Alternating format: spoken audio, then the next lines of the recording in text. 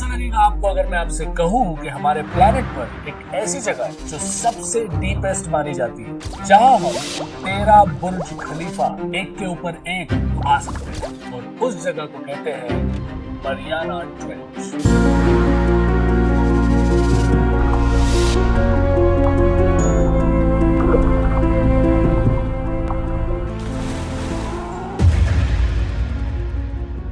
जैसा कि हमें स्कूल में बताया गया है कि माउंट एवरेस्ट दुनिया की सबसे ऊंची जगह है, वैसे ही मरियाना ट्रेंच सबसे गहरी जगह। और शायद हमने इस बारे में इतना ही पढ़ा है और सीखा, क्योंकि हमारी एजुकेशन बस यहीं तक सीमित है। आप सोच भी नहीं सकते कितने सीक्रेट्स छुपे हैं इस जगह पर, और कितने अजीबोगरीब क्रिएचर्स यहाँ रहते हैं। और ये गहरा ट्रेंच जो हमारे अर्थ पर पैसिफिक ओशन के वेस्ट में है, मरियाना आइलैंड के नजदीक है, इसीलिए इसका नाम मरियाना ट्रेंच पड़ गया है। ये मरियाना ट्रेंच जो है वो वी शेप में है, और ये 2550 किलोमीटर लंबा और 69 किलोमीटर चौड़ा है, और इसकी डेप्थ 11,000 मीटर है। और इस ट्रेंच के अंदर पूरा अक्खा माउंट एवरेस्ट डुबा सकते हैं, और उसके बाद भी कुछ किलोमीटर बच जाएंगे। अब बात करते हैं वहाँ के रहने वाले क्रीपी क्रिएचर्स। कई सालों तक ये माना जाता था कि वहाँ कोई जीव जंतु नहीं है, क्योंकि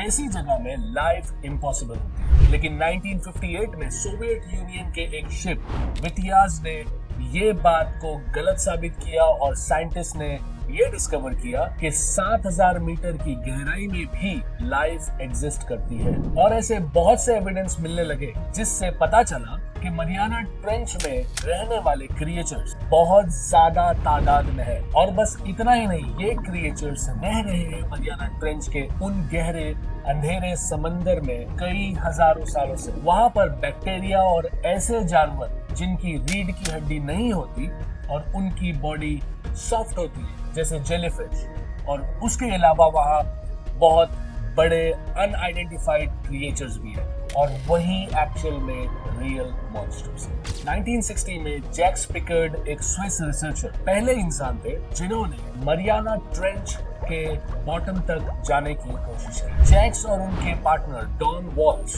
ने डीप वाटर बैथिस केव ट्रिएस्ट, जो उस टाइम की लेटेस्ट टेक्नोलॉजी थी, उसकी मदद से दुनिया के सबसे डीपेस्ट पॉइंट तक का सफर तय किया, और ऑलमोस्ट 11,000 मीटर डीप जाकर मरियाना ट्रेंच को एक्सप्लोर किया। ये दोनों लोग वहाँ 20 मिनट से ज्यादा नहीं रुके, लेकिन उन्होंने जितना देखा उससे ये साबित हो गया कि मरियाना ट्रेंच के बॉटम पर लाइफ है। ये डिस्कवरी पूरी दुनिया में एक सेंसेशन बन गई, क्योंकि वहाँ का प्रेशर हमारे नॉर्मल सी लेवल से 1100 गुना ज्यादा है, यानी 1100 गुना ज्यादा है। लगभग 3 टन पर स्क्वायर सेंटीमीटर, जिसमें आयरन भी बेंड हो जाता है।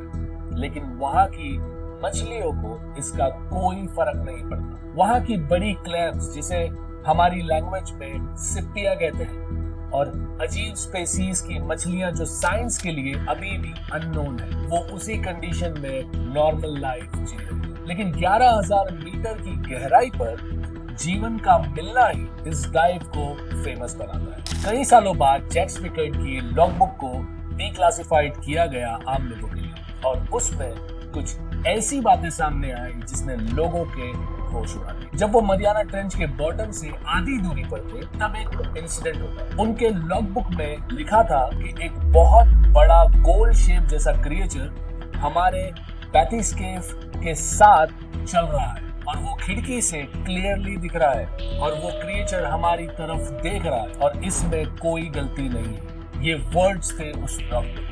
अनफॉर्चुनेटली ये ऑब्जेक्ट कुछ ही देर में व्यू से गायब हो गया। कौन था ये या क्या था, ये अब तक मिस्ट्री है। हमारी नॉलेज की कमी इस चीज के नेचर के बारे में कुछ नहीं बता सकता। हो सकता है ये किसी अंडर वाटर सिविलाइजेशन का क्रिएचर हो, या कोई एंशिएंट इंटेलिजेंट बीस्ट का डिसेंडेंट। अगर एंशिएंट क्रिएचर की बात की जाए तो 1985 में एक अमेरिकन शिप ग्लोमर चैलेंजर ने मरियाना ट्रेंच को केयरफुली स्टडी की, और एक 9 मीटर बॉल शेप डिवाइस जिसको हेजकॉक कहा जाता है, उसे मरियाना ट्रेंच के डेप्थ में भेजा। अचानक से कंप्यूटर अजीब सी आवाजें रिकॉर्ड करने लगा। जो केबल उस डिवाइस से अटैच थे वो अंदर की तरफ अचानक खींचे जाने लगे, और इतना ही नहीं, फोर्स इतना ज्यादा था कि ऐसा लगा कि केबल किसी भी वक्त टूट जाएगा। रिसर्चर ने डिवाइस को सरफेस पर लाने की कोशिश की, लेकिन वो डिवाइस हिल भी नहीं रहा था। वहां गहराई में कुछ तो था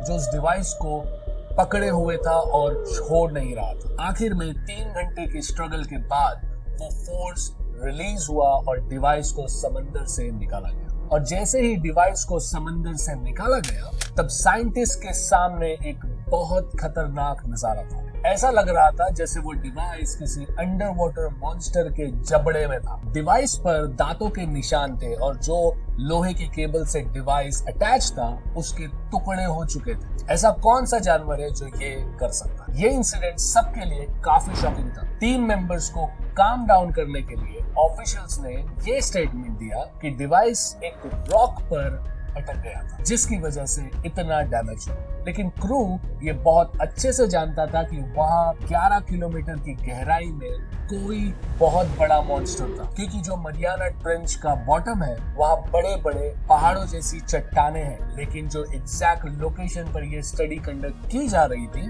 वो नो रॉक जोन था, जहाँ वो डिवाइस का अटकना इम्पॉसिबल था। अगर ऐसा कुछ होता तो उनके इंस्ट्रूमेंट्स पर कोलिजन अलर्ट आ जाता, पर ऐसा कुछ हुआ नहीं। और उस डिवाइस के डैमेज के अलावा जो अजीब आवाज रिकॉर्ड हुई थी उसका कोई एक्सप्लेनेशन नहीं था। बायोलॉजिस्ट के रिपोर्ट्स रिव्यू करने के बाद उन्होंने एक सेंसेशनल वर्जन दिया। उनका वर्डिक्ट था कि एक जायंट मॉन्स्टर मेगलोडॉन शार्क ने केबल और डिवाइस को डैमेज किया। ये प्रीहिस्टोरिक शार्क जो 50 टन की थी और 22 मीटर लंबी थी, माना जाता था कि ये शार्क 1.5 मिलियन ईयर्स पहले डिसअपीयर हो गई। पर अगर ये रिपोर्ट सही है तो इसका मतलब ये है कि मेगलोडॉन शार्क एक्चुअल में डिसअपीयर कभी हुई ही नहीं थी। इंस्टेड उसने मरियाना ट्रेंच को अपना नया घर बना लिया था, और ये कोई बात हवा में नहीं हो रही थी। साइंटिस्ट ने वो ऑडियोज रिव्यू किए थे और उन्हें एक दांत भी मिला था जो इंसान के हाथ जितना बड़ा था, और स्टडी ने कंफर्म किया